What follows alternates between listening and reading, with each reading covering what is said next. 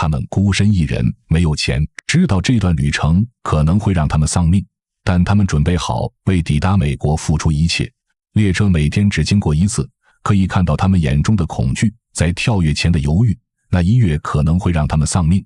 他们害怕致命的跌落，害怕双腿被截断，于是有些人跳了，有些人依然犹豫不决。爬上行驶中的列车已经导致了数百名移民的死亡，其中包括越来越多的未成年人。尽管如此，过去3年里，成千上万的青少年依然试图进行这场危险的旅程。但对于那些从未尝试过跳上行驶中的列车的人来说，它太快了。乔、安东尼和其他青少年都不敢跳，太危险了。他们只能等下一列车，如果开得够慢，他们就能上去。青少年移民已经成为美国的一个新挑战。每个月有超过5000名儿童和青少年在美国被逮捕，已经持续了2年。美国人称他们为梦想者。这些青少年逃离了中美洲帮派的极端暴力，没有父母陪伴，准备面对一切危险。15岁的乔和安东尼决定乘坐穿越墨西哥的货运列车，直到抵达美国边境。在列车上，他们得保持警觉，如果掉下去就死定了。列车过去后，就是美国边境，他们得步行穿越。胡安和凯索斯，他们是表兄弟，他们的家人付给走私者一笔钱，让他们通过沙漠进入美国。每送一个非法移民过边境，司机赚1000美元。虽然毒品赚得更多，但他们通过移民也赚了不少。他们步履艰难，但更危险的还在后头。在美国一侧等待他们的是私人武装，专门追捕沙漠中的移民。对这些武装来说，这就像是一场大型游戏，只不过是和他们玩一场。他们的旅程开始于墨西哥南部的恰帕斯州，这里靠近危地马拉的边境。这些青少年几天前刚刚离开萨尔瓦多、洪都拉斯和危地马拉，他们的第一个目的地是帕伦克，一个沿着铁路线的小镇，也是前往美国的货运列车出发的地方。这列火车被移民们称为野兽，它是最快且最便宜的交通工具，但也是最危险的。每年成千上万的年轻青少年都会选择这趟旅程。在铁路旁边有一家由志愿者运营的旅馆，这个旅馆专门帮助这些移民。今晚的客人大部分来自洪都拉斯。15岁的乔也在这里。几天前，他离开了母亲和弟弟，还有同样年纪的安东尼，他也曾受到当地帮派的死亡威胁。他们首先穿越了整片危地马拉，每天需要花费至少15到16个小时，白天黑夜不停地走，才穿越了危地马拉，到达这里。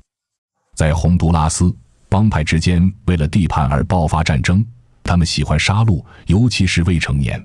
在过去的2年里，成千上万的青少年曾经过这个避难所，他们在这里得到一点帮助和休息，然后继续穿越整个墨西哥。乔争取到了短暂的通话时间，第一时间向母亲报了平安，但还没等到母亲为自己祈祷，电话就断了，这让乔的心里忐忑不安。一列货运列车在午夜前不久出发，乔、安东尼和他们的新朋友们正在等待。这次他们不能再让列车从眼前驶过，必须上车。他们口袋里只剩下不到2美元。没有母亲祈祷的乔刚才害怕极了，但现在交了几个朋友，感觉好多了，这让他更有动力了。但问题是，他们永远不知道火车什么时候到达，能做的只有等。经过5小时的等待，他们的第2次机会终于来了。这班夜间列车开得更慢，这是年轻移民们更容易上车的机会。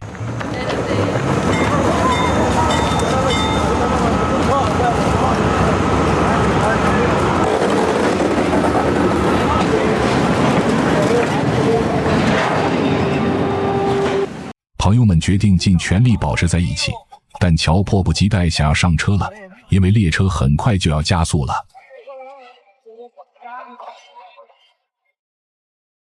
今晚他们都成功上车了，每个人都找到了自己的位置，准备过夜。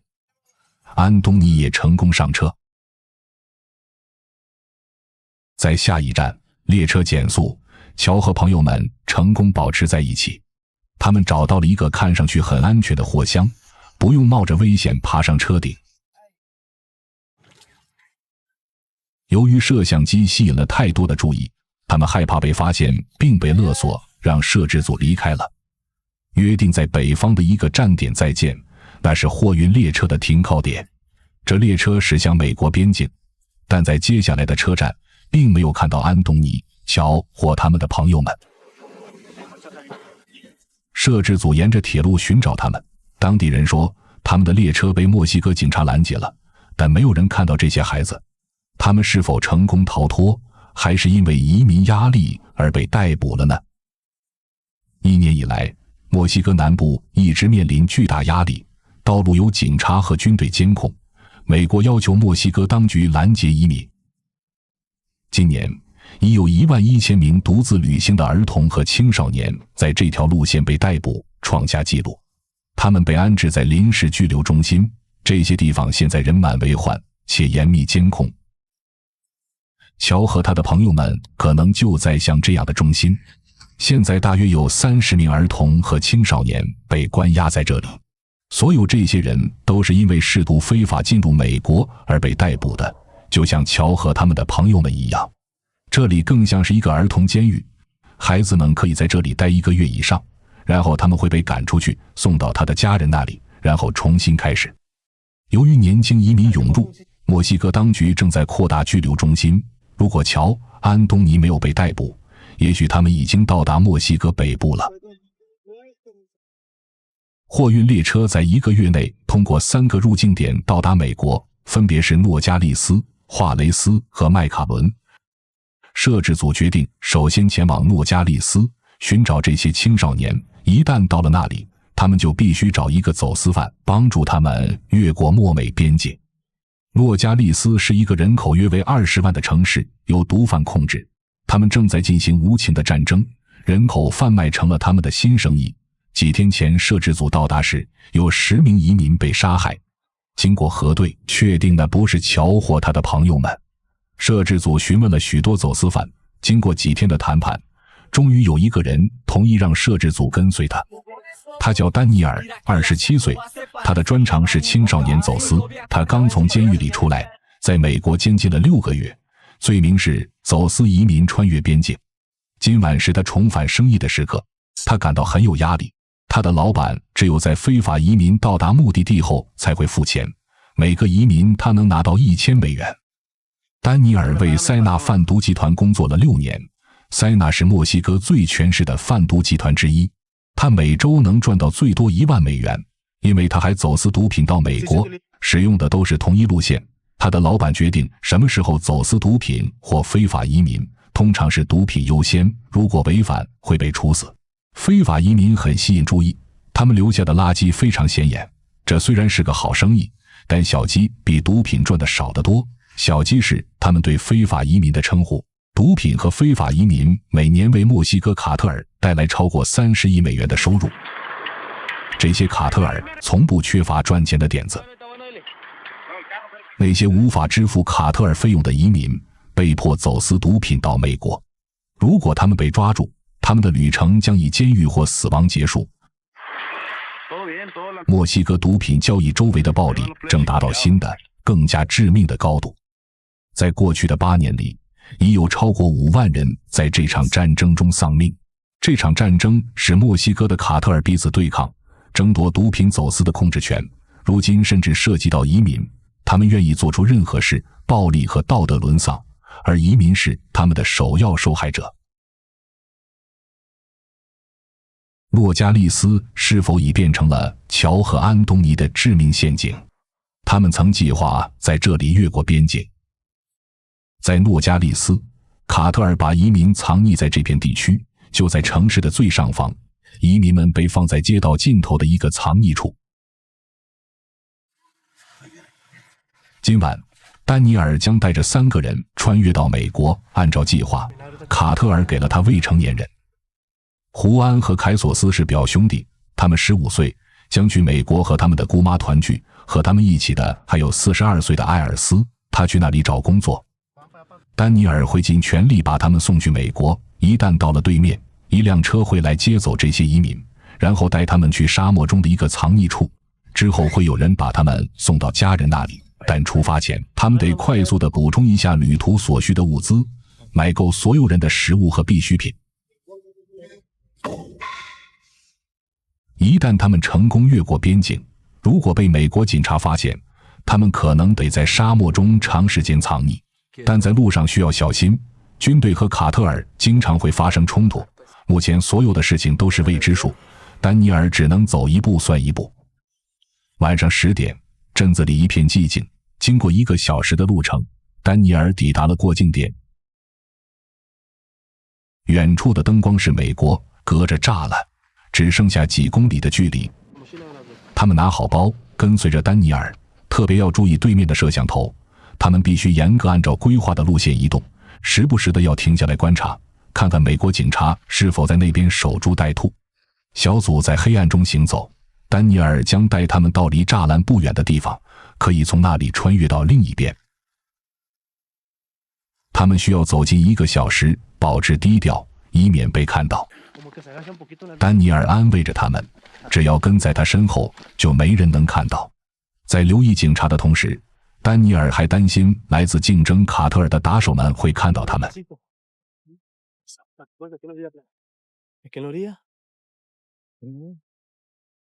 行走一段时间就要坐下来，看看能不能听到什么动静，比如车声。现在是晚上10点，周围伸手不见五指，一边是随时可能逮捕他们的警察，一边是随时可以要了他们命的帮派人员。2名未成年害怕极了。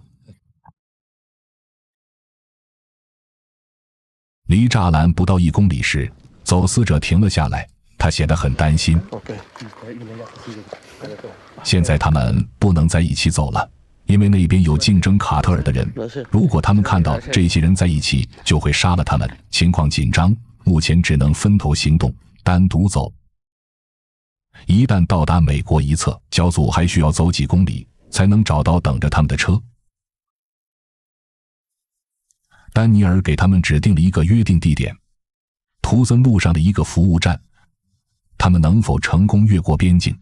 摄制组合法地进入了美国一侧，这是约定的地点。几个小时过去了，小组仍未出现，丹尼尔这位走私者也没有接电话。摄制组向美国当局询问，当晚并没有任何人被逮捕。2天过去了，仍然没有任何关于胡安和凯索斯的消息，同时也失去了与安东尼、乔以及他们在火车上的朋友们的联系。朝美国进发的年轻移民的踪迹在沙漠中消失得非常快，在45度的烈日下，只有极少数幸运的人才能在不死于口渴的情况下成功脱险，除非他们找到了爱德华多放置的水容器。爱德华多·卡纳莱斯已成为弗罗斯地区移民的守护天使。作为人权活动家，他在南德克萨斯州的道路上四处奔走。近年来，越来越多的移民在沙漠中死于口渴，他们的首要任务是阻止这种情况的继续。过去10年中，这片沙漠已成为移民的坟场，成千上万的移民在这里丧命，没有人确切知道死亡人数，边境州也没有记录。爱德华多透露，在过去24小时里，他没有看到那2个堂兄弟。在他的办公室里，文件堆积如山。他刚收到的最新一宗案件是，昨天夜里又发现一具移民尸体，至少这具尸体还完整，但大多数不是这样的，很多尸体几乎只剩下骸骨，或只有1个头骨，身体已经被动物啃食。他之所以整理这些案件，是为了帮助家属，至少让他们知道亲人的消息。然而，沙漠中发现的尸体至少有1半从未被身份确认，许多家属在绝望中无法为亲人哀悼。最近几个月，越来越多的青少年移民失踪案件浮出水面。他现在需要打电话给一个家庭，他们的女儿失踪了，请求帮助。从这张最近的照片可以看出，年龄在14或15岁。失踪的年轻女孩名叫安娜尔，已经有1个月没有消息了。爱德华多告诉他，他会在这片区域尽可能查找他的情况。爱德华多的说法是，很可能是卡特尔将这名年轻女孩藏了起来，尤其是他母亲提到她几乎已经是个女人了，也许他们把她带去进行失踪、绑架、迷失在沙漠中，这些都是他们面临的风险。安娜尔的母亲住在德克萨斯州的达拉斯，距离800公里远。在这个边境州，有超过150万非法拉丁裔移民，成千上万的家庭被撕裂，他们会不惜一切代价将远在墨西哥或洪都拉斯的孩子带到美国。安娜尔的母亲已经在美国非法生活了10年，自那时起，她生了2个女儿。尽管她的2个女儿出生在美国，但他们的身份仍然是非法的，因为非法移民的子女不享有自动国籍。如果他有合法身份，就会亲自去接他的女儿，而不是找走私者。现在他甚至不能去看看他失踪的地方。安娜尔的母亲在达拉斯的一家酒店做清洁工，她也是10年前非法越过了边境。当时她不得不将4岁的女儿安娜尔留在墨西哥的父母那里。她花了1年的时间才凑够钱支付走私者费用，把她的大女儿带回来。然而她至今没有再见到她的大女儿。全家计划在安娜尔的15岁生日时团聚，但在越过边境时，安娜尔失踪了。2个小女孩从未见过他们的大姐，只能通过照片看到她。如今他们也明白了，他们一直渴望认识的大姐已经失踪了。这些青少年女孩消失了，如果被走私者掌控，就不会再有人见到她们了。14岁的安娜尔穿越了墨西哥与美国之间的边界，进入了世界上最危险的城市之一——华雷斯，它是美国第2大入境点。这个地方因失踪人口而广为人知。90年代和2000年代期间，这里有数百名墨西哥人，尤其是女性，被墨西哥贩毒集团杀害。现在，这些年轻的女性移民是否正在成为华雷斯失踪人口的新目标？没有人敢谈论这个话题，因为它涉及到一个非常敏感的行业——儿童。一个了解其运作方式的走私者同意透露一些内幕。他说，当年轻移民来到这里时，许多人被迫从事工作。负责这一切的帮派让人不敢提及他们的名字，他们被称为阿兹特克帮派。正是他们控制着这个地区的非法移民贩运。安东尼奥是一名儿童走私者，他出生在这里，独立工作超过10年。他之所以愿意接受采访，是为了谴责他的同行的行为。他说他们买卖儿童，尤其是女孩，甚至小男孩。不幸的是，那些没有走私者帮助的移民往往会被打死，尤其是在美国边境警察的眼皮底下，他们总是在巡逻，然而却视而不见。这些帮派不仅贩卖人口，还贩毒。自2010年以来，华雷斯有近1000名女性失踪，她们被贩卖到毒贩掌控的酒吧里从事工作。很多移民家庭没有勇气来这里找回他们。对年轻的安娜尔来说，华雷斯或许是他旅程的终点。在美国边境的另一边，巡逻车从不停歇。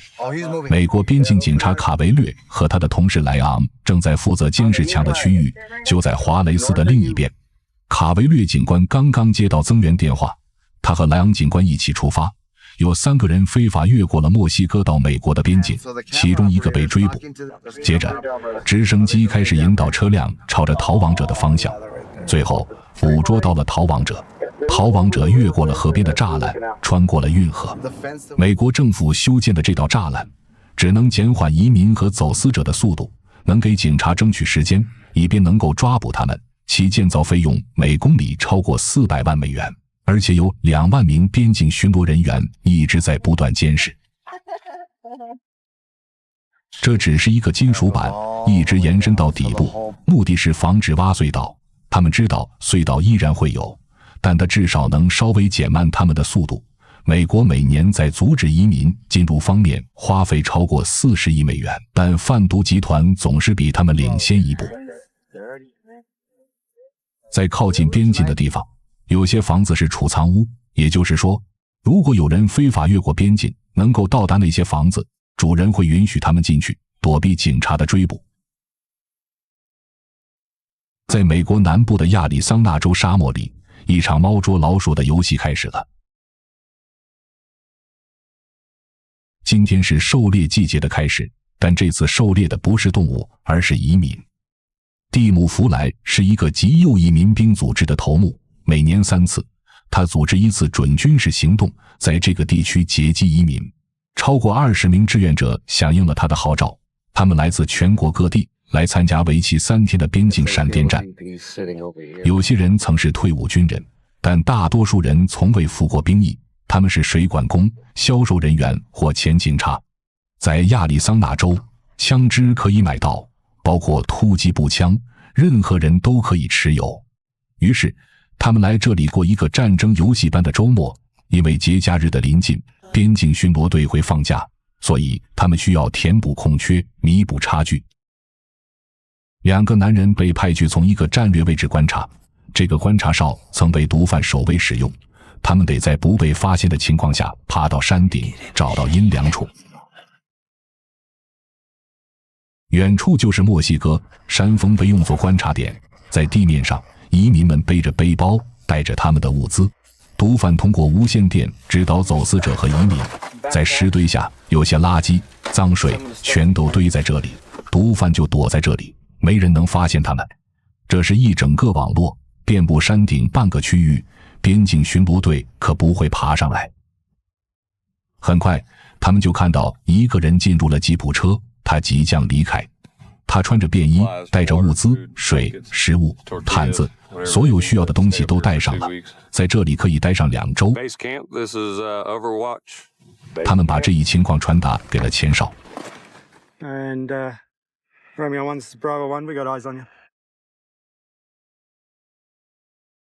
然而，飞行员史蒂文似乎不愿意冒险拦截这辆车，尽管他看起来很可疑，他并没有出手。What happened? If they look suspicious, if they were, looked like they were drug runners, then maybe I, could have held them a little. But we've got to be very careful. We don't have any powers of arrest here as Border Patrol does. 所以，这些民兵并没有权利去阻止移民，他们的枪只是用来吓唬移民，减缓他们的进程，把他们推向警方监视的区域。蒂姆和他的民兵占据了这个区域，实际上是非正式的在协助警方行动。这里的当局放弃了建造超过1300公里的墙壁，因为费用太高。这个团体完全没有道德底线，他们追逐毒贩，但同样也追逐移民，甚至是最小的孩子。从一件5、6岁孩子的衣服可以看出，他们的条件很艰苦。It's going to take them at least 5 days. So if we can stop them and slow them down so they have to start burning up their supplies, then they're not going to make it all the way and they'll be caught. 回到营地，另一个小组找到了毒贩为移民留下的水和食物。通过偷走他们的补给，民兵希望迫使他们饿着肚子，不得不投降。还有一些背包，里面有鞋子、地毯。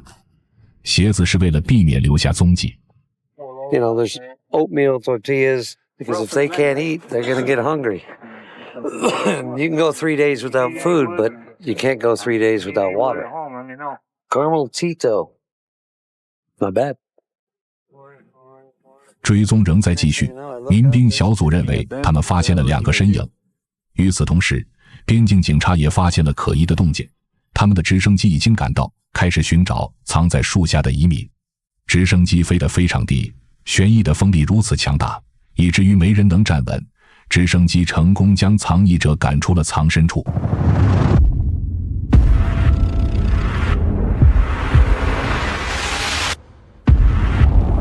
接着就是继续追捕。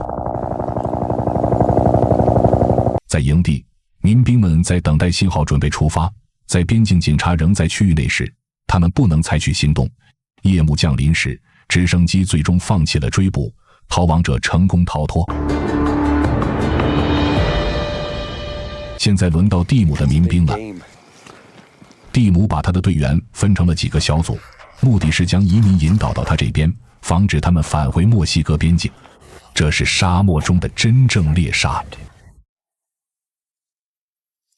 足迹直接指向南方，朝墨西哥方向。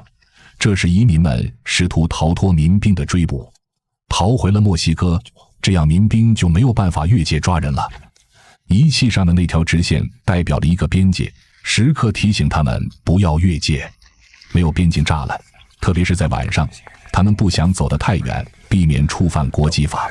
然而，这两个男人并未意识到，他们已经非法进入了墨西哥。今晚，他们没有抓到任何非法移民。10年来，像这样的民兵组织已在边境沿线成立了10几个，这是美国社会愈加极端化的一个表现。乔和安东尼就是在前往墨西哥的火车上失去联系的2人被逮捕了，他们在前往北方时被抓住，最终被送回洪都拉斯，他们会再次尝试运气。安纳尔的母亲依然没有她女儿的消息，6个月前安纳尔在华雷斯失踪。最后那2个堂兄胡安和凯索斯依然杳无音信。